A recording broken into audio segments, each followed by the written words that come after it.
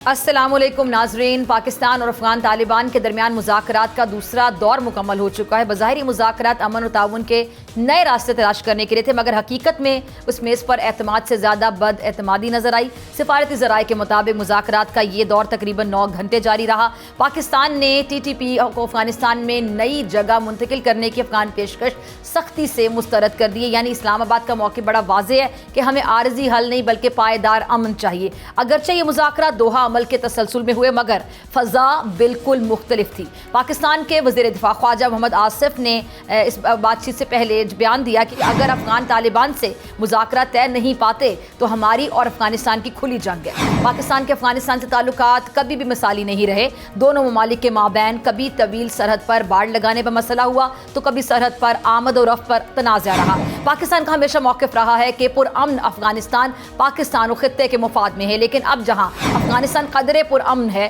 تو دہشت گردی نے پاکستان کو اپنی لپیٹ میں لے لیا ہے۔ افغانستان میں موجود تحریک طالبان پاکستان اور فتنۃ الہندوستان کے خلاف مؤثر کارروائی نہ کرنے کے سبب پاکستان نے افغانستان کے اندر اہداف کو نشانہ بنایا، تجارتی راہداری کو بند کیا اور پاکستان میں غیر قانونی طور پر مقیم افغان مہاجرین کے خلاف کریک ڈاؤن شروع کر رکھا ہے۔ وزیر دفاع خواجہ آصف کا جملہ کہ اگر مذاکرات ناکام ہوئے تو کھلی جنگ ہوگی، دراصل اس خطے کے لیے ایک لرزہ خیز امتحان کی گھنٹی ہے۔ پاکستان پہلے ہی اندرونی محاذوں پر مصروف ہے اور سیاسی خلفشار، اقتصادی بحران اور خیبر پختونخوا میں بڑھتی دہشت گردی۔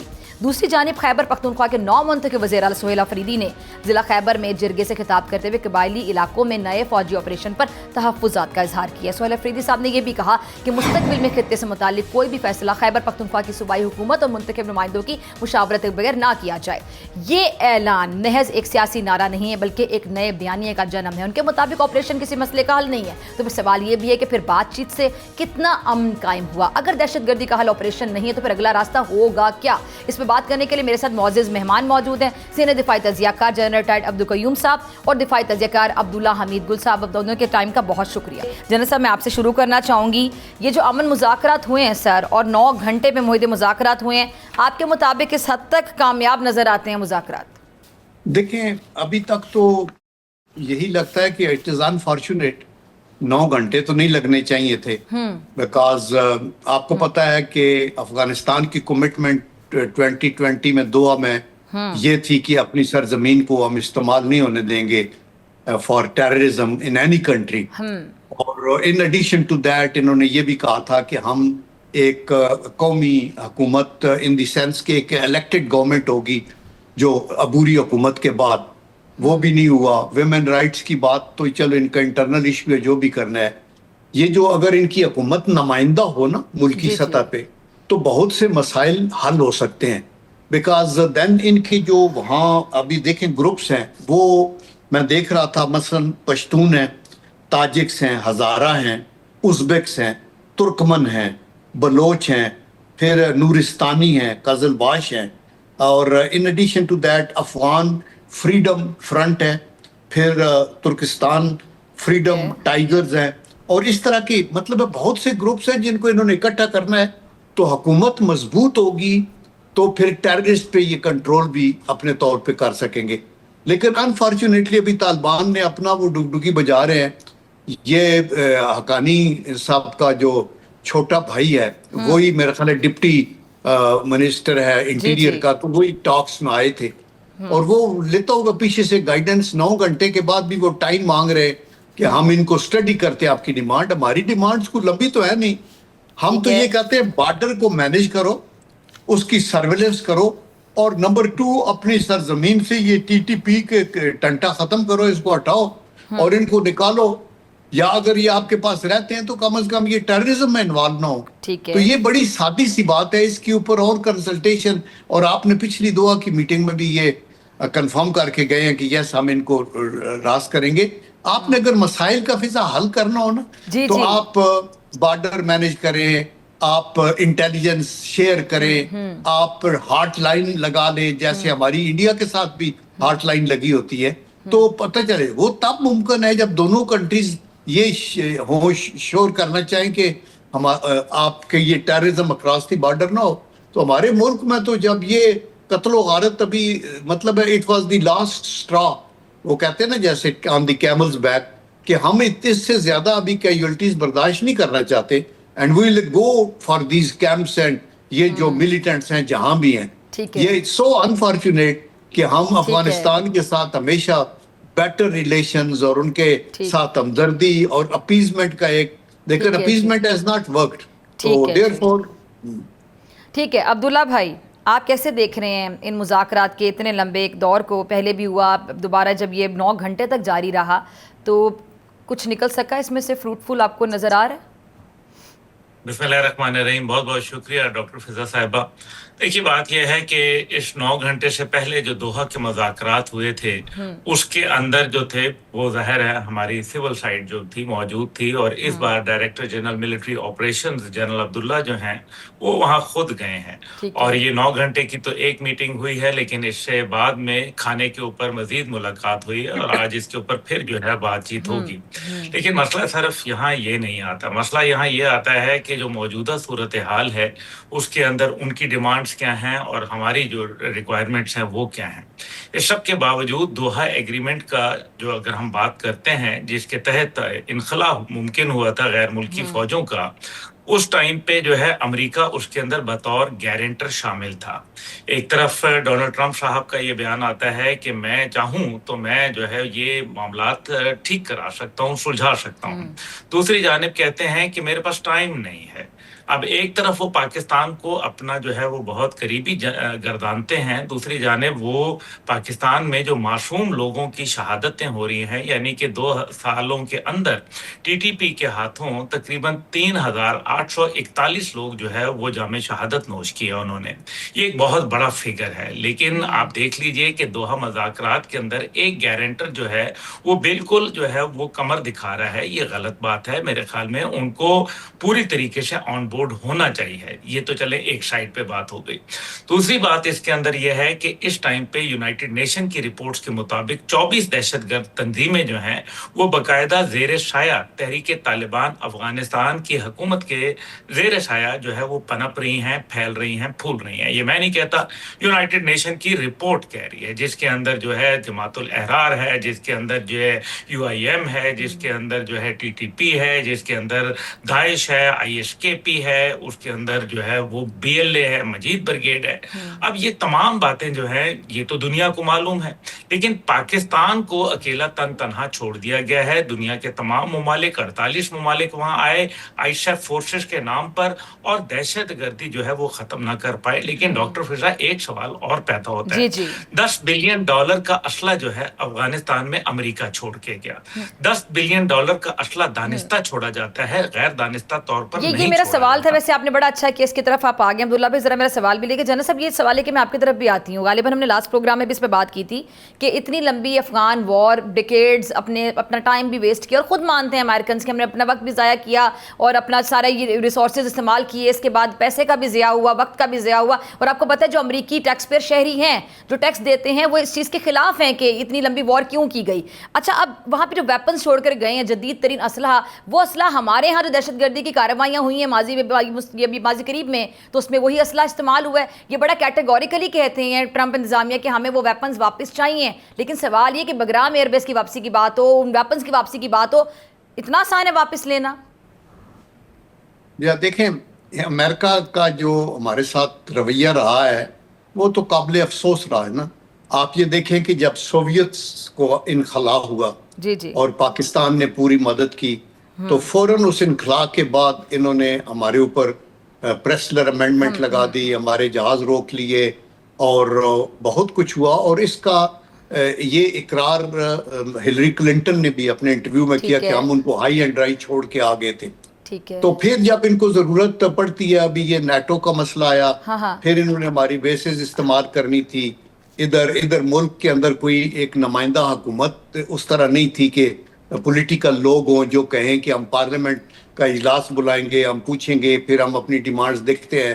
وہ انہوں نے جنرل پرویز مشرف صاحب اللہ انہیں بخشے, ان کو کہا کہ either you are with us or against us. تو یہ آرم ٹویسٹنگ پہ وہ سارے ڈیمانڈز وہ کرتے رہے.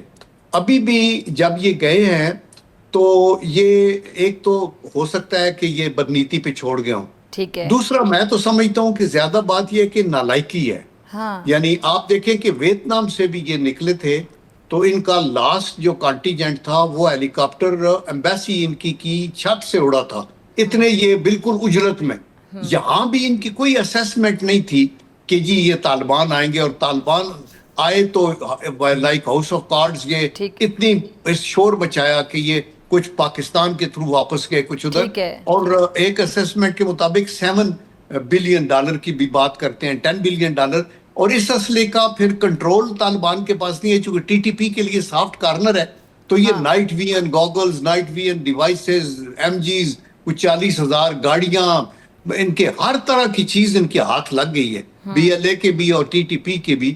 تو میرے خیال میں اس کے اوپر امریکہ کو, جیسے عبداللہ کہہ رہے ہیں, دے شوڈ مطلب ہے پٹ دیئر فٹ ڈاؤن اور کہیں ہم اس فیور میں نہیں ہے کہ وہ باگرام بیس آ کے لے لیں, ہم بالکل اس فیور میں نہیں ہے, لیکن ہمیں اس فیور میں ضرور ہے کہ ان ویپنز کا کچھ ہونا چاہیے. عبداللہ بھائی, یہی سوال میں آپ سے بھی پوچھی تھی, جانا صاحب سے بھی پوچھی, انہوں نے جواب دے دیا. آپ نے یہ بڑا اچھا ایک اہم پوائنٹ ریز کیا ہے کہ یہ جو ویپنز ہیں یہ دانستہ طور پہ, غیر دانستہ طور پہ, انٹینشنلی آپ کو لگتا ہے کہ چھوڑ کر گئے, یا پھر یہ جنرل صاحب کے مطابق یہ ان کی کم عقلی, بے وقوفی کہہ سکتے ہیں, یہ ان کی نیت پہ ہم یہ شک نہیں کر سکتے کہ وہ جان بوجھ کر انٹینشنلی چھوڑ کر گئے. ایک تو اس پہ ذرا روشنی ڈالیے گا. دوسرا بھی ویتنام وار کا ذکر کیا جانا صاحب نے, جتنی بھی وارز انہوں نے لڑی ہیں, ویتنام وار کی ہم بات کر لیں, ہم یہ ان کی افغانستان وار کی بات کر لیں, یہاں جتنی بھی جنگیں لڑی ہیں اس میں شکست سے دوچار ہوئے امریکی. تیاری ان کی نہیں ہوتی کیا؟ ہر جگہ سے ان کو جانا پڑا اور شکست سے دوچار ہو کے جانا پڑا, بعد میں ان کو ماننا پڑا کہ ہم نے اپنا وقت ضائع کیا, اپنا پیسہ ضائع کیا. جی دیکھیں, دو باتیں تو میں ضرور کر لوں, آپ کے دونوں سوال کا جواب دیتا ہوں. اس سے پہلے یہ چاہتے کیا ہیں؟ یہ چاہتے یہ ہیں افغانستان والے کہ ہمارا جو ہے باقاعدہ جو آپ کا جو ٹریڈ ایگریمنٹ ہے وہ ہم $10 بلین کا آلریڈی کر رہے ہیں, جس کے اندر افغان ٹرانزٹ ٹریڈ کے ذریعے جو ہے یہ چیزیں منگواتے ہیں اور اس کے بعد اسمگل کر کے پاکستان واپس بھجوا دیتے ہیں. پاکستان کہتا ہے کہ یہ ہمیں قابل قبول نہیں ہے. دوسرا یہ چاہتے ہیں کہ ہمیں بغیر ویزا کے کسی بھی جگہ سے ہم بارڈر کراس کر جائیں, ہمیں کوئی پوچھ گچھ نہ ہو, یہ ممکن نہیں ہے. تیسرا یہ چاہتے ہیں کہ جو پاکستان میں پہلے فنڈنگ کا طریقہ تھا, جو انڈیویجولز کی سطح پر یا این جی اوز کی سطح پر یا کسی مدارس کی سطح کے اوپر, وہ ہمارا جاری رہے. پاکستان یہ نہیں کر سکتا کیونکہ ایف اے ٹی ایف سے بڑی مشکل سے ہم گرے لسٹ سے باہر نکلے ہیں, اور یہ ہمارے قوانین کی صاف سی بات ہے, منافی ہے. چوتھا چاہتے ہیں یہ کہ پاکستان میں کوئی بھی کاروبار, کوئی بھی پراپرٹی خریدیں, اس کی کوئی ڈاکومنٹیشن نہ ہو. یہ چیزیں وہ چاہتے ہیں. اب آپ مجھے بتائیں, یہ تو ناممکن ہے ہمارے لیے. اب دوسری جگہ جو ہے پاکستان چاہتا ہے کہ ٹیررزم کے ہائیڈ آؤٹس ختم ہوئیں, ان کی سینکچوریز بند کی جائیں اور ان کے جو ٹریننگ سینٹرز ہیں وہ ختم کیے جائیں. جبکہ دوحہ مذاکرات میں انہوں نے یہ بات کہی ہے, ابھی یہ جو ترکیہ کے اندر یہ بات کہی ہے کہ ہم ٹی ٹی پی کو دور کہیں بھیج دیں گے. دور کیوں بھیج دیں گے؟ پاکستان یہ کہتا ہے کہ دور والا کام نہیں ہے, آپ ان کو ختم کریں, یا پھر آپ ہمارے ساتھ جو ہے مل کر ان کو ختم کرائیں, یا پھر آپ ان کو ہمارے حوالے کریں, یا پھر ہم جو ہے اپنے آپریشنز ان سائڈ جو پریمپٹیو ڈاکٹرن کے تحت ہے, پریمپٹیو اسٹرائک ڈاکٹرن کے تحت, وہ ہم کرتے رہیں گے. یہ تو بات یہاں ختم ہو گئی. اب یہ کیا چاہتے ہیں؟ یہ چاہ رہے ہیں کہ ٹائم بائی کریں تاکہ جتنے بھی دہشت گردوں کے ٹھکانے ہیں, دہشت گرد موجود ہیں, جو ان کے ٹریننگ سینٹرز ہیں, ان کو یہ شفٹ کر دیں. اور میری اطلاعات ہیں کہ یہ شفٹ کرنا شروع کر چکے ہیں. اس وجہ سے یہ ٹائم بائی کر رہے ہیں مذاکرات کھیل کے. لیکن ایک بڑا ان کے لیے مشکل چیلنج ہے, اور وہ یہ ہے کہ اب آپ یہ دیکھ لیجئے کہ یہ جتنے دن ہوئے ٹیررسٹ ایکٹیویٹیز ختم ہو گئیں. اس کا مطلب ہے یہ ہے کہ یہ براہ راست دہشت گردوں کو کنٹرول کرتے ہیں, ورنہ کیسے آج اچانک جو ہے وہ دہشت گردی جو ہے پچھلے 10 دن سے رکی ہوئی ہے؟ کیوں؟ اب آپ یہ سمجھیں. اب آپ کا جو سوال کا جواب ہے, دیکھیں جنرل ویسٹ مور لینڈ جو کہ اس ٹائم پہ فورسز کمانڈر تھا وہاں, وہ ویتنام کے اندر, وہ یہ کہتا تھا کہ جی مجھے مور ریسورسز اور مجھے مور جو ہے وہ فنڈنگ دے دو, میں ٹروپس دے دو. 5 لاکھ اس کے پاس ٹروپ تھے, لیکن پھر جو حال ہوا وہ ان کا یہی ہوا. لیکن یہاں افغانستان کے اوپر اپلیکیبل نہیں ہے, کیونکہ جب انہوں نے وہاں سے ویتنام سے ایگزٹ کیا تھا تو یہ بہت ہی کم کوئی چھوٹا موٹا اسلحہ وہاں رہ گیا تھا. دیکھیں میری بہن, بات یہ ہے کہ $10 بلین کا مطلب یہ ہے کہ پاکستان کا جو دفاعی بجٹ ہے وہ $7 بلین ہے. $7 بلین پوری پاکستانی فوج, جس میں آرمی, نیوی, ایئر فورس شامل ہے, یہ اس کا اسلحہ ہے. $10 بلین کا دانستہ طور پر چھوڑا جاتا ہے, نادانستہ پہ نہیں چھوڑا جاتا. اور میں آپ یہ نہیں کہہ رہے کہ انٹینشنلی چھوڑا گیا ہے, یہ نیت میں بھی. میں آپ کو, مجھے صرف 1 منٹ دیجیے گا, میں آپ کو ثبوت دوں گا اس کا. جب ڈونلڈ ٹرمپ خود پریزیڈنٹ تھے تو اس ٹائم پہ یہ فیصلہ مسئلہ ہو گیا تھا, اور پھر ماسٹر جنرل آف آرڈیننس جس کو MGO کہا جاتا ہے وہ باقاعدہ وہاں افغانستان گیا تھا, امریکی جو 3 اسٹار جنرل تھا, اور اس کا یہ کام تھا کہ ملٹری ایئر لفٹ کمانڈ کے ساتھ مل کر یہ اسلحے کی پیکنگ اور جو اسلحہ نہیں لے جایا جا سکتا تھا اس کو تلف کرنا تھا. کیوں نہیں ہوا جب وہ وہاں گیا اور پیکنگ ہونا شروع ہو گئی, وہ اسلحہ پیکڈ اسلحہ جو ہے وہ وہاں کیوں چھوڑا گیا؟ اس لیے ڈونلڈ ٹرمپ جنہوں نے آتے ہی جب 2025 کے اندر وہ اقتدار میں آئے تو ان کا پہلا جو حکم نامہ تھا کہ افغانستان سے جو ہے وہ اسلحہ واپس لایا جائے. آج تک ایک پستول واپس نہیں آئی.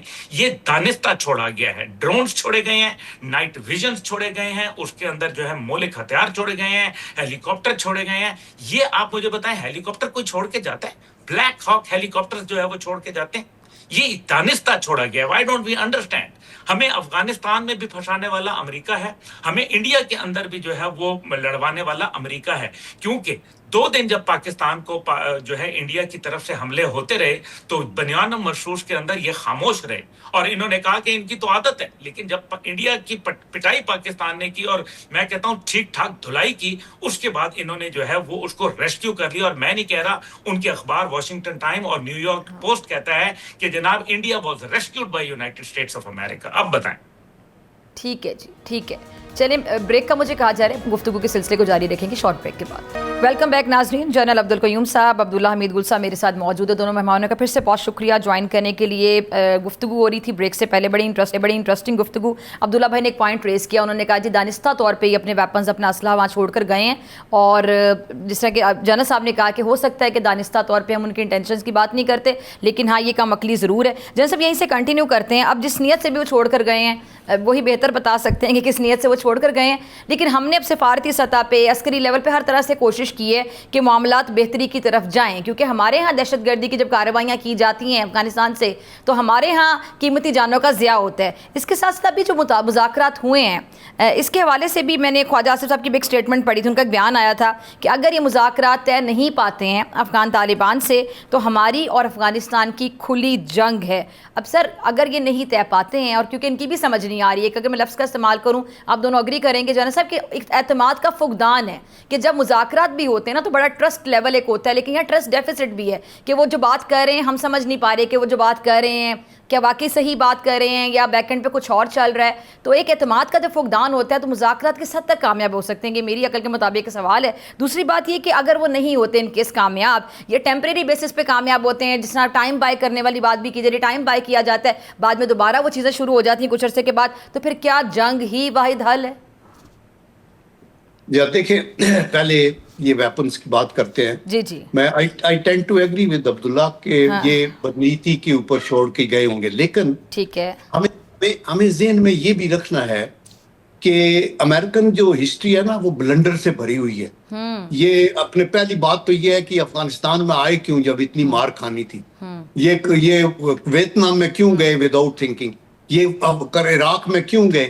اس لیے آپ ان کو اتنا بھی گرانٹ نہ کریں کہ نمبر 2 افغانستان سے they were kicked out and they know کہ it was not bed of roses for them. Afghanistan میں القاعدہ بھی موجود ہے, IS خراسان بھی ہے جو امریکہ کے دشمن ہیں. تو therefore بلکہ آپ کی اجازت سے میں ایڈ کرنا چاہتی ہوں کہ طالبان سے زیادہ وہ القاعدہ کو اپنا دشمن تصور کرتے ہیں. جی القاعدہ, اور ان کو پتا ہے, یعنی یہ ایلیمنٹ بھی ہے کہ پاکستان کو ڈیسٹیبلائز رکھا جائے تو یہ ویپن ادھر ہوں. ویری گڈ, یہ اور ہمیں تو پنچ ہو رہا ہے اور وہ لگ رہے ہیں, لیکن یہ ویپن ان کے ہاتھوں میں بھی تو چڑھے ہوں گے, اور ان کی تھریٹ صرف پاکستان کو نہیں ہے, القاعدہ اور IS وغیرہ اور یہ دوسری جو تنظیمیں ہیں پوری دنیا کو ہے اور امریکہ کو بھی ہے. دیٹ از دی ریزن کہ ان کو ٹرمپ نے آتے ہوئے کہا کہ یہ ویپن میں نے لینے ہیں, لیکن پھر نیت میں فطور ہے. آبویسلی یہ طالبان بھی ان کو پلیٹ میں رکھ کے تو نہیں دیں گے.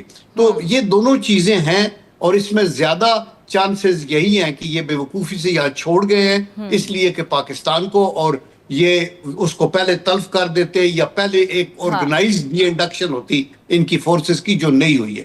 اچھا, دوسرا بھی آپ یہ کہہ رہی ہیں نا کہ ٹھیک ہے اگر یہ دعا میں اگر ان کے ساتھ کوئی پیکٹ ہو بھی جاتا ہے نا, تو آنیسٹ ٹو گاڈ میں یہی سوچتا ہوں کہ یہ شاید اس کو آنر نہ کر سکیں جب تک کہ ان کا کنٹرول افغانستان کے اوپر پورا نہ ہو, اور وہ کنٹرول ان کا پورا نہیں ہے.